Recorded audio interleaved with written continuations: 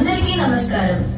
ఇంత మంచి నృత్య కార్యక్రమానికి ముఖ్య అతిథిగా నన్ను ఆహ్వానించినందుకు డాన్స్ అకాడమీ వారికి కృతజ్ఞతలు తెలుపుకుంటున్నాను. అందరూ నన్ను అడుగుతూ ఉంటారు, మీరు చిన్న వయసులోనే ఇంత సక్సెస్ ఎలా అయ్యారు అని. నా చిన్నప్పుడు స్కూల్లో జరిగిన ఒక చిన్న సంఘటన నాలో ఇంత పట్టుదలను పెంచింది. అటువంటి పరిస్థితుల్లో మా బాల్ వికాస్ టీచర్ గాయత్రి మంత్రం రోజు చాంట్ చేయమని, అదే నా ఆత్మవిశ్వాసాన్ని పెంచుతుందని ఎంతో ప్రోత్సహించారు.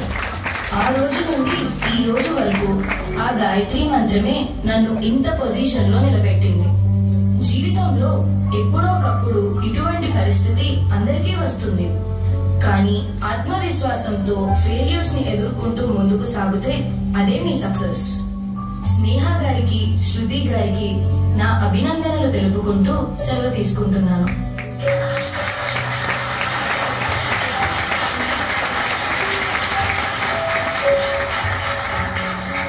Excuse me madam. ఎస్, మీరు విద్యాభవన్ లో మాతో చదువుకున్న లక్ష్మి కదా?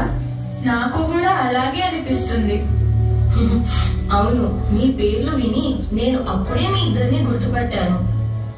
ఇంత మంచి డాన్సర్స్ గా పైకి వచ్చినందుకు మీ ఇద్దరికి కంగ్రాట్స్.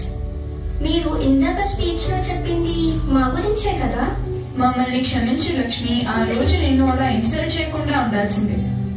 ఏదో చిన్నతనంలో పగలుతో అలా చేశాం, దానికి ఎంతో సిగ్గుపడుతున్నాము.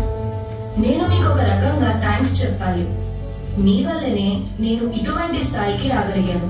మీరు అదంతా మర్చిపోండి. చేతనైతే ఓల్డేజ్ హోమ్స్ కి, ఆర్ఫనేజెస్ కి వెళ్లి మీ నృత్యంతో వారిని ఆనందపరచండి. 4 మంచి మాటలతో వారిలో ఆత్మవిశ్వాసాన్ని పెంచండి. ఐఏఎస్ ఆఫీసర్ గా నా సహకారం మీకెప్పుడూ ఉంటుంది. ఓ, తప్పకుండా చేస్తాం. ఇటువంటి మంచి మార్గం చూపించినందుకు మీకు థ్యాంక్స్. ఓకే, మరి నేను వెళ్ళి వస్తాను. We wish you all the success in all your future. Thank you.